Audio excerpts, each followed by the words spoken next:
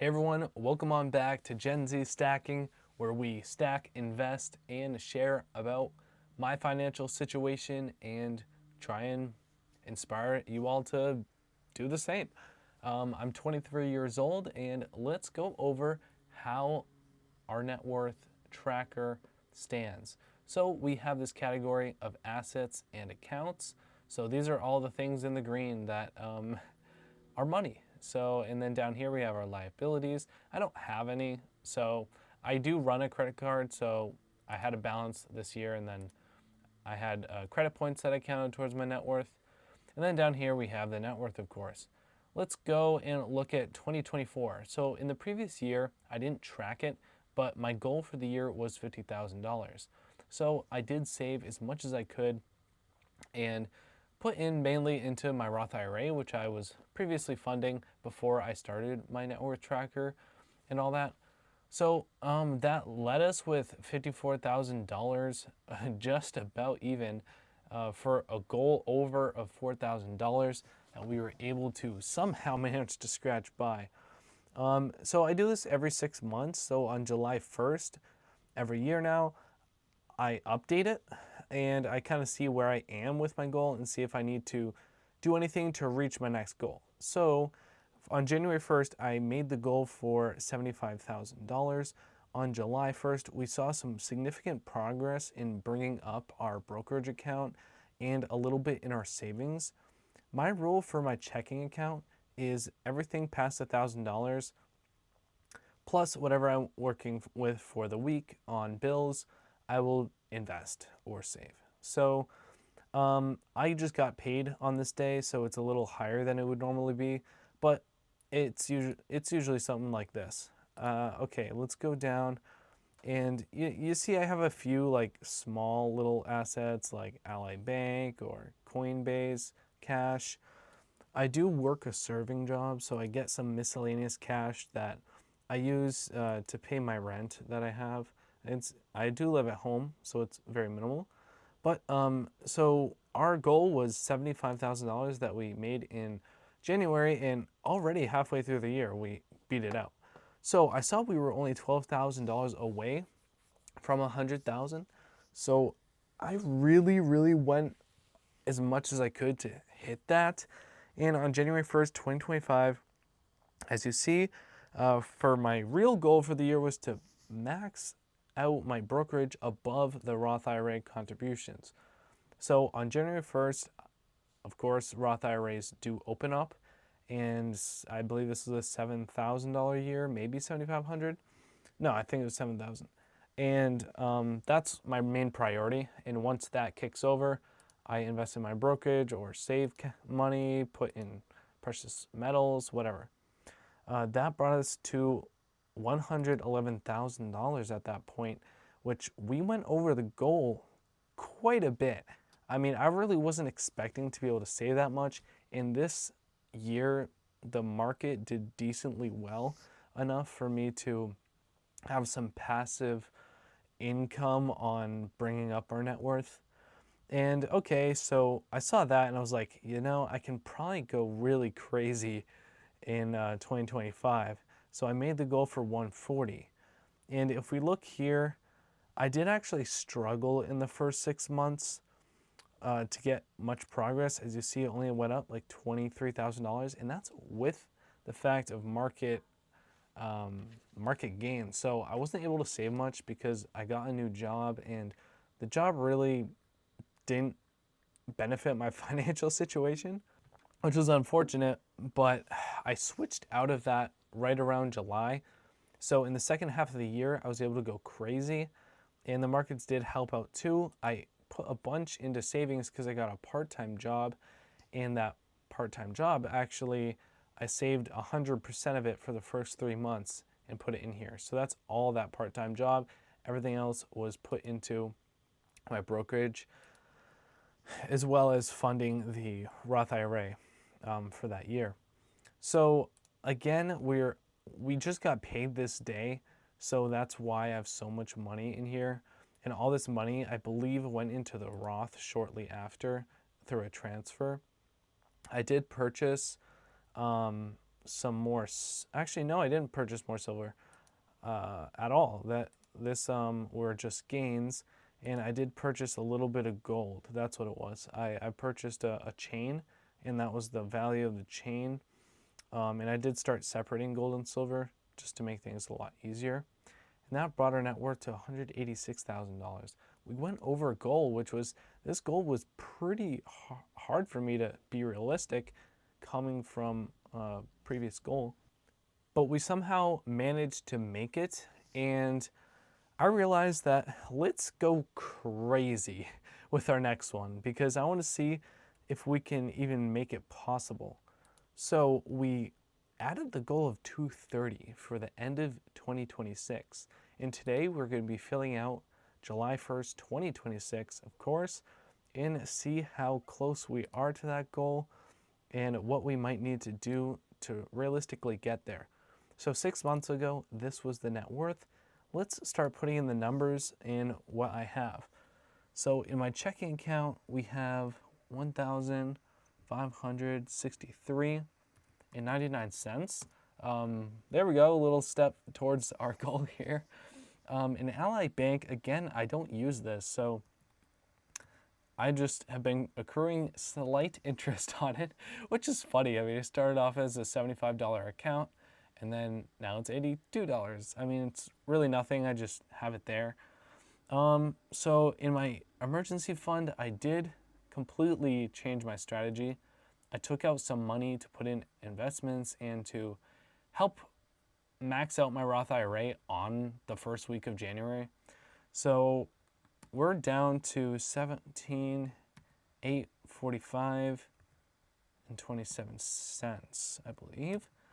I just don't need the money. I don't see myself ever using this money. I mean, I do want to fund it back to at least 20,000, but anything more than that right now is just kind of useless because like when am I going to be broke? I have 2 jobs now. I got another one, another new one. I just started. I'm in training.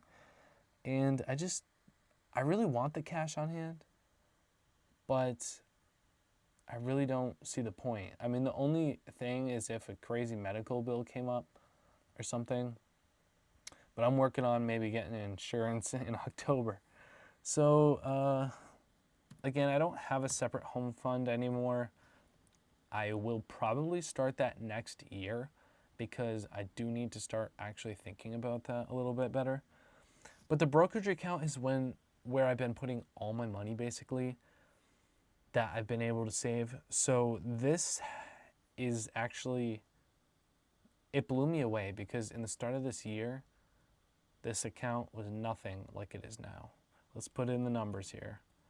$143,584.01.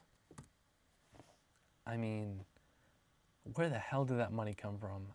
I mean, I've been just saving as much as I can. I have been spending in the past 2 months a lot on a hobby. A lot, relatively speaking, of course. Just a lot to me because I haven't been able to save my goal. But my minimum is $500 a week. That is my absolute bare minimum. I absolutely have to save and invest. So that is my rule currently, is $500 a week, but I'm really striving for $1,000 a week. And not every week am I able to do that due to the fact that sometimes my job doesn't give me paychecks above that. And if I have decent payments coming up, it's just not going to happen. So let's put in the Roth IRA, which again, I maxed out in the first week of January.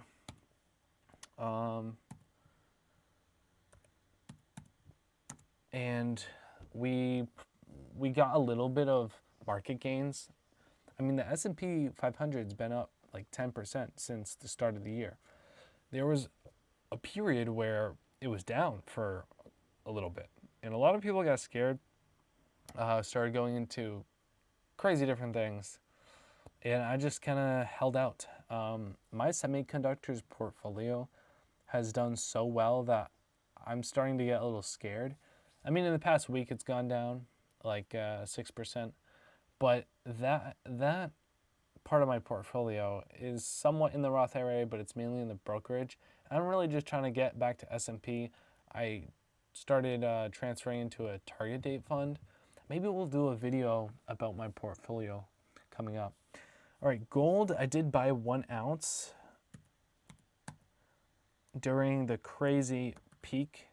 I didn't buy at the absolute peak, but I did buy 1 ounce. So that's everything calculated. Gold has gone down a little bit. And since the actual peak there. But let's go into silver, which has also been down. And if you notice my net worth statement here, I don't include anything that isn't cash value. So I don't include car, I don't include equipment or anything like that. Only things that I could actually sell in periods of crisis and whatnot, because like people who include their cars, I just don't understand that. Like it's not an asset. It's not doing anything for you. I mean, you're using it. It's like, I don't know, man. I get counting a home, but I really don't understand counting a car or shoes or collectibles. That just doesn't make any sense to me.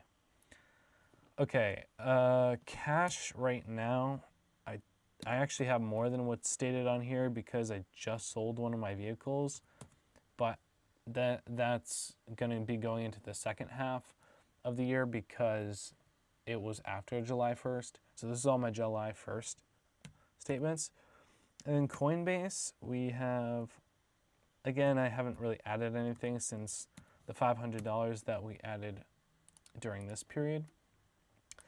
And I do have some like credits. I think it's like $22. So I'll count that because it is a cash equivalent at the moment. So that brings our net worth to $250,434. Now, if you were to tell me that would break $250,000 this year, just after 5 years of investing, I wouldn't understand that, because in order to do that in 5 years, you'd have to save $50,000 a year, which I've never saved $50,000. I think my largest amount that I ever saved was during this year. But, and this year too. But we're definitely ahead of the goal for the end of the year. I'm going to keep the goal the way it is because that was my goal at this price. And then next time we come around on this video, I'll make a new goal for 2027 that clearly I'm going to have to overshoot because I'm already over my goal halfway through the year. I really didn't know if I'd get here at 230 because of how things went for the first half up to this point. I just didn't know what to really expect. I knew I was going to be losing my second job that I picked up at that time. But it's all working out. I don't really feel any different about anything. I mean, all this money is just in the air to me. And I live a slightly more elevated or lifestyle inflation, slightly more. Like I get the things I want for my hobbies, but I still don't eat out. I still don't spend a lot on gadgets. I mean, my phone is like 5 or 6 years old. I still drive a 2001 Toyota and just put in the work that's needed. You know, I'm not moving out, and I don't have a girlfriend or anything to spend money on. I haven't really taken any big trips. I try and do like one trip a year. And this year I went down to see my grandparents. But yeah, I mean, we already passed our goals. So I'm thinking if we can break close to 300 by the end of the year, I'd be very happy. But I'm okay with it being like 275 because if the market does go down quite a bit in the next 6 months, I have to be realistic about that. Now, if it does very well, we might actually hit that 300 threshold, which for me, getting to 400,000 is going to be monumental because that's the calculated rate of being very close to a significant contribution per year, because I'm able to put in about 40,000 a year with my current pay.